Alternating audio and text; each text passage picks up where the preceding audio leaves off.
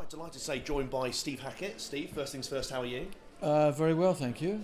Thanks very much for joining us. Now, you've got the big tour coming up, selling England by the pound. It may have already started by the time this goes out, 2nd of November.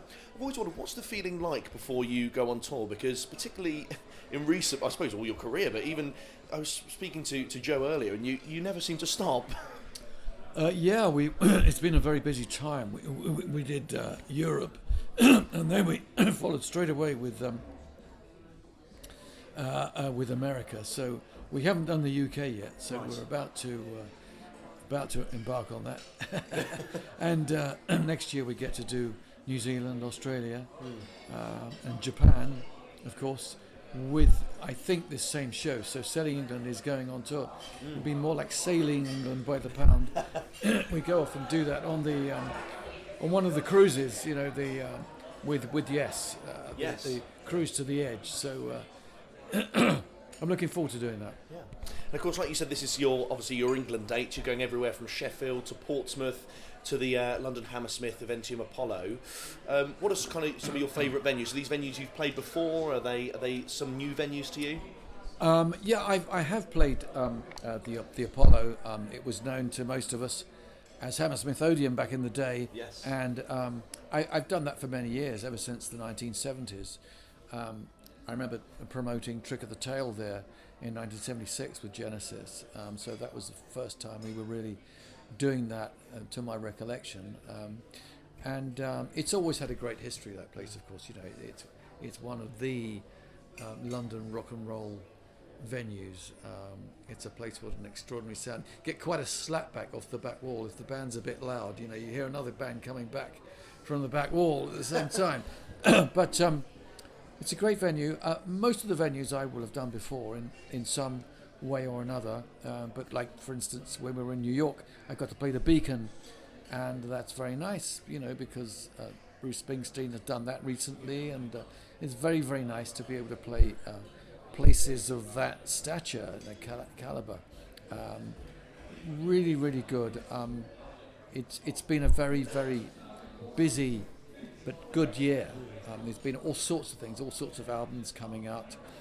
The one with the orchestra, this thing we did last year at the Royal Festival Hall and up and down the country, that's been released, and then there's At the Edge of Light, which is still the current album, but the show that I'm doing centres on the 1973 album Selling England by the Pound, and then we celebrate 40 years of Spectral Mornings from 1979, and a few selections from At the Edge of Light, so that we do the current stuff as well as the old stuff. So we do a 3-hour show with a 20-minute break in the middle, and the first half is solo stuff, and then we adopt the Genesis mantle and become that band to do the other stuff, to do the classic Genesis stuff. I was going to ask you about Selling England by the Pound, because it's described often, I see very aptly, as the kind of definitive Genesis album.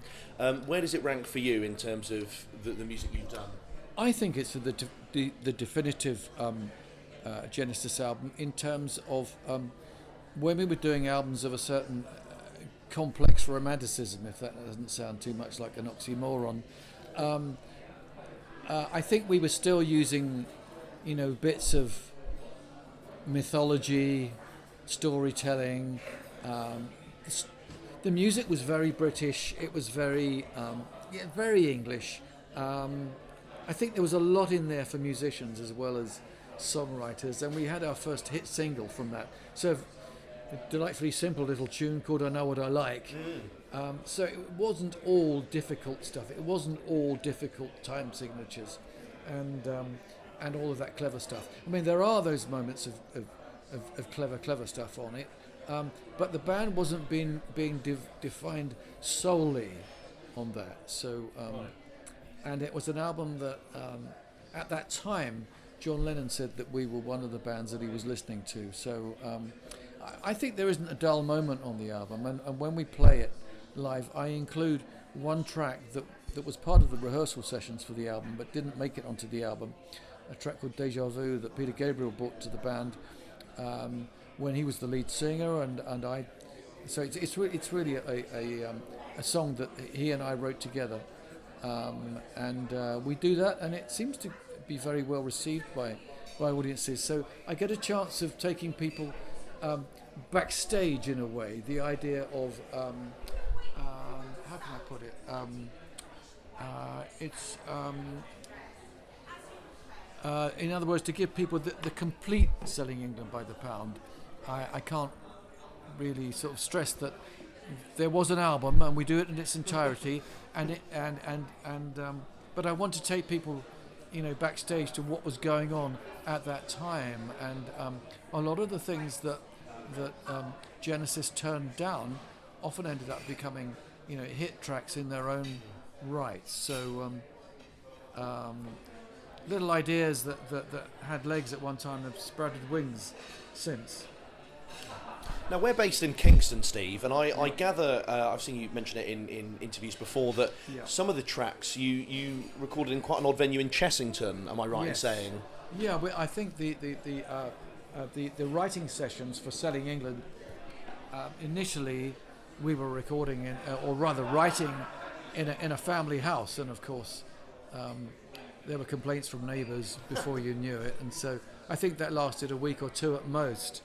And then we moved to, it was actually a dance studio, the refectory of a dance studio, where Yes used to rehearse there, we did, and the Unibillings TV School of Dance, where little girls were learning their first tap dancing steps upstairs. You'd hear them clumping through the floor, 20 of them going at it, clumpity clump, blump, blump, blump, blump. And it was quite funny, and it just raised the smile every time, so you couldn't get too serious.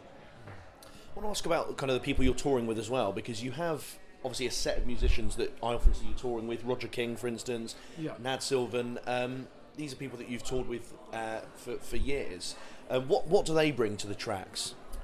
Well, I think they are an extraordinary bunch of musicians. And indeed, Roger interviewed you in Kingston a while back for an In Conversation style event. That's right. Yes. We've now got Craig Blundell in the band as well, who's a rising star of drum proportions, and he's on the front page of so many drum magazines now. And very, very hard working. He's a fabulous drummer, and when he's not drumming, he goes for 10-mile runs and things. He's a bit extraordinary. I don't think he ever stops. He's an extraordinary drummer, talks very, very fast. Right. Always in a hurry, and it's extraordinary, really. I don't know how he does it, but he seems to have endless energy, and he is the drummer of the moment. He's the man of the moment. Last couple of things. You mentioned At the Edge of Light, which of course came out, I think it was the beginning of this year, solo album. If you don't mind me saying, there were some very political messages in some of the songs. Yeah. Are you kind of, if future albums come out, is that something you're going to continue with, kind of going along somewhat political messages? Well, I think that it was part and parcel of the work of people that I admired. Buffy St. Marie, with the indigenous people's rights, Red Indian girl singer. And now we have Navajo Nation. Some of it must have worked. Bob Dylan, there was always a political message, as well as the love songs and all the rest. Pink Floyd, hugely political. Massive Attack, hugely political. And I think I'm less afraid of social comment than I used to be. That just comes with time. And I'm very pleased to be doing albums like At the Edge of Light, but I like to think that we try and run the gamut of styles, so it's pan-genre, in that you'll get a simple tune like Hungry Years, for instance. You basically get something that's a love song in the midst of all the rest. And so just to wrap up, Selling England by the Pound tour, you're kind of getting 3 value worth of money. You're getting the Selling England by the Pound songs, you're getting At the Edge of Light, the album tracks from that, and also a throwback to Spectral Mornings 40 years ago this year. Yeah, that's why it's a 3-hour show, 20-minute break in the middle, and they are all favourite albums, so what I'm doing live is it's a bit like, I often say there's no passengers in the band, and I would say there's no moments of the live show that I don't think make it in another way. There's something about the energy and honesty of it. So I'm giving people 3 favourites, which is why I think it seems to be going down so well with audiences. So I'm proud of that. I think I'm less reticent about that sort of thing now than I used to be. I think I was quite shy, and now I probably blow my own trumpet too much. But it's been a long time coming, to have this level of I wouldn't say attention, but commitment to it, because I do what I love, and so I'm lucky to have all of that and still be doing it in my 6th decade, I think, in the business, something like that. And lastly, because I won't forgive myself if I don't ask this. You'll probably ask this more times than Boris Johnson's asked about Brexit. Yes. But would you ever consider some sort of reunion with Genesis? Well, I would consider it. Whether they would consider it or not, you'd have to ask them. So I can only account for a vote of 1, and that's me. But meanwhile, I honour the music, politics free. Yeah. Brilliant. Thank you very much, Steve.